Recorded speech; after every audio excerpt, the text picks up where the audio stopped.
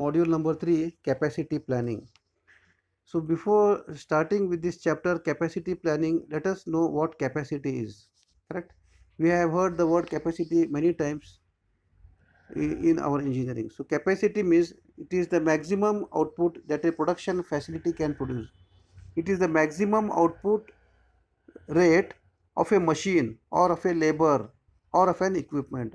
How much maximum can a labor produce during a particular time? What is the maximum production that a machine can produce per unit time? That is called as capacity. Different machines have different capacities.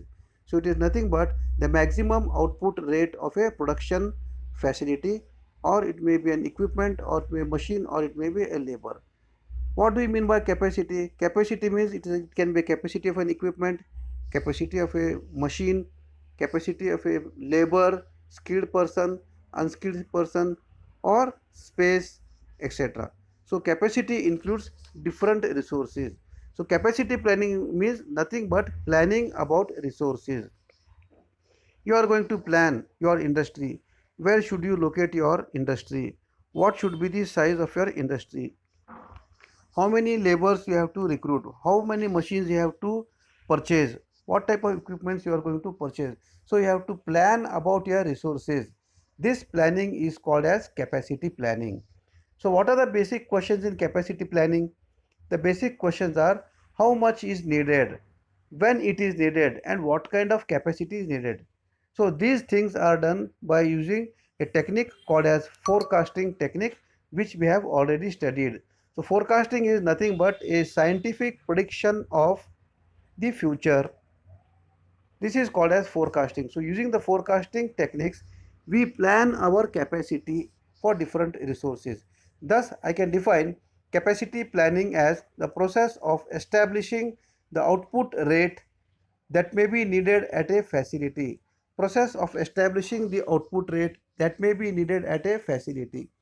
Why we should plan these capacities? What is the necessity of planning the capacity? Just see the screen here. Why we should do this planning? Because if I don't plan, suddenly I start the industry and I have not done the planning. Imagine if I have not done the planning, suddenly suppose the demand of the product increases so much that you are unable to supply them in time. Correct? If the demand of the product is so high and you don't have the idea that the demand is so high, how to supply them? So in such case, you start facing troubles because you are unable to satisfy your customer. Correct? Your customer may switch off to some other product. Sometimes you have started the machine, the production is there, nobody is ready to purchase them. The market demand has gone down. Sometimes the technology changes, the technology in the market has changed. Correct? Different. Sometimes the new companies start, competition starts, environments change, government policies change. So due to all such circumstances, planning is necessary. If you do not plan systematically, then our business may fail. If you want to remain in the market, we have to do capacity planning systematically. What are the importances of capacity decisions? Now let us see what is the importance of capacity decisions. Means why we have to do these capacity decisions. If you see the first line, it impacts the ability to meet the future demands. As I said just now, it impacts the ability to meet the future demand. The future demands fluctuate. If I don't do the decisions, if I don't take the decisions correctly, our future demands may fluctuate. It may affect our business. And if these things happen, then it may also affect our operating costs. Correct? If I plan systematically, then I'll come to know how much should my initial investment should be. What should be the size of the land, what should be the equipment I should purchase. So initial investment, what should be our fixed cost. So the most important thing is the third point, measure determinant of initial costs. If I plan correctly, if I take the decision of the capacity correctly, then I can plan for my initial cost. I can control my operating cost. If you see point number 4, involves long-term commitment. Long-term commitment. Whether I am planning my industry for a future long-term 50 years, 70 years, 40 years, or my business is short. Depending upon this, my decision is there.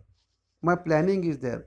So what term, whether you are planning for a long term business or a short term, what is your commitment, correct? So this decision you have to take. It affects our competitiveness. If you, it will, if I have, if my capacity is, decision is correct, then I may not be affected by the competition from the market. It affects the ease of management. Managing becomes easily if we plan systematically. Otherwise, because of the fluctuations in the market, the management may get huge pressures, correct? Some capacity examples are shown here. A car manufacturer, labor hours, cars per shift. Here, what is the input? Labor hours. Labor hour, machine hour, equipment hours, raw materials. All these are inputs. What is the output? Cars per shift. It is a measure of how many cars they produce per shift. It is the capacity. Correct? If in a hospital, if you see the example, available beds, inputs, beds are the inputs. What is the output? Patients per month. Correct? This is the output. So input and output for the business is shown here. Retail store. What is the retail store? A kirana shop or a mart, I can say. So inputs are floor space. What is the output? Revenue per foot. So these are some capacity examples are there. So next important part is capacity terminology. So this question is very important. Capacity terminology. Three types of capacities are there. One is the design capacity. Second, effective or system capacity. Third is actual output.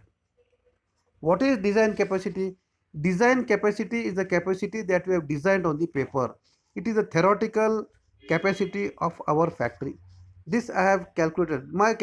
This should be my level of output. So this is the maximum theoretical output of our system. It is called as design capacity and it is expressed as rate under ideal conditions. Okay. Next one. What is effective capacity or system capacity? System capacity. System is an equipment or a machine or a person, etc. What is effective capacity? It is the ability of a system, it might be a machine, equipment or labor, to produce per unit time. How much it can produce per unit time? I have planned the design capacity is the maximum I have planned. But actually system, if under normal operating conditions I am able to utilize my equipment to a full extent, how much can I produce? It is the capacity of the firm under normal operating conditions. This is called as effective capacity. What is the actual output? Actual output. Actually what you produce. I have designed my capacity for 1200. For example, I will give an example. Just listen here. I have designed my capacity that I can produce 1200 units of uh, units in my industry. I have planned for this. This is design capacity 1200 units. What is effective capacity? When actual machines start producing, I was able to produce only 1000 parts. I tried my level best to a maximum level. Still then the machines produced 1000 units. So this 1000 unit is nothing but the effective capacity. Operating under normal conditions without any problem to the maximum level I produced 1000 units. This is called as effective capacity. Correct? What is actual? Actual capacity is the actual output. There may be certain problems, there may be certain breakdowns, labor problem, machine problem. What is the actual? The actual, the machine that has produced. What is the actual rate production of the machine or the facility? So there are three types of capacities. Design capacity, which is designed on the paper. Effective capacity means under ideal conditions what a machine can produce, that is called as effective capacity. What is the actual output? Actually what the machine has produced. It may be short, it may be less than effective capacity. Actual output is less than effective capacity and effective capacity is less than design capacity. Design capacity is the maximum, actual output is the minimum. Correct?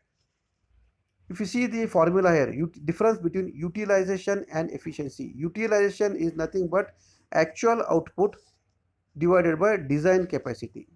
Correct? What is efficiency of a machine? Actual output divided by effective capacity. Correct? How to calculate that? One example is shown here that you see. Okay. What are the factors? What are the determinants of effective capacity?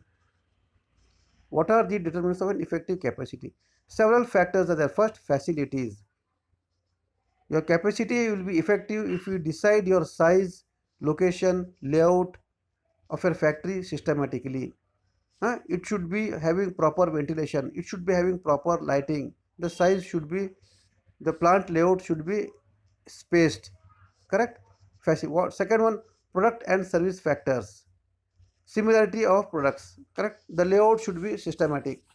The third determinant is process factors, means what is the productivity, what is the quality, these are all the processing factors. What are the human factors? Next one, human factors, what type of trained laborers you have recruited, how many skilled unskilled laborers you have recruited, whether you have taken experienced people or low experienced people, are you giving any motivation for them, correct. These are all the human factors. What are the policies, whether you are going to adopt overtime, whether you are going to use one shift, two shift, three shift or regular shift, what is your policy. Next, what are the operational factors, scheduling problems, purchasing requirements, inventory shortages, correct. These are the operational factors. Next one, supply chain factors, and the supply chain factors come the warehousing, transportation and distribution, whether you are having warehouses, where the warehouses are located, what transportation system you are adopting, all these things are very important. Other than this, what are the external factors, what are the government agencies that affect you, what are the government policies, how much tax you are going to pay, correct. What are the pollution norms, other, whether we are following the pollution norms or not, all these external factors are affecting the capacity. So determinants of effective capacity means factors affecting effective capacity. If these factors or the determinants vary, your capacity varies. So these are the determinants of an effective capacity, correct. What is capacity planning process? What is the process? How you should plan? First, you do the forecasting. Whenever you want to do the capacity planning, you have to do a detailed forecast using a good technique.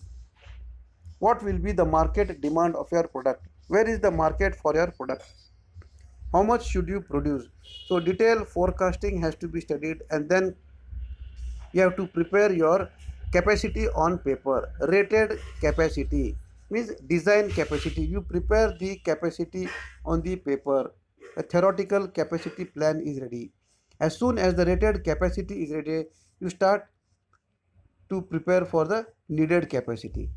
So once the paper is ready, then for the time being you plan. Now I have planned for 1200 units per day, but now initially I will start with 400 or 500 or 600 units capacity.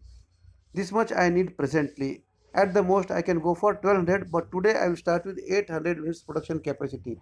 So what things are needed, what machines, equipments and labor are required. So you compute your needed capacity, then you go for whether any alternative plans are available. If available, think of the alternative plans by evaluating every plan. Evaluate all the plans and then select one plan. Evaluate your capacity plans, select one plan.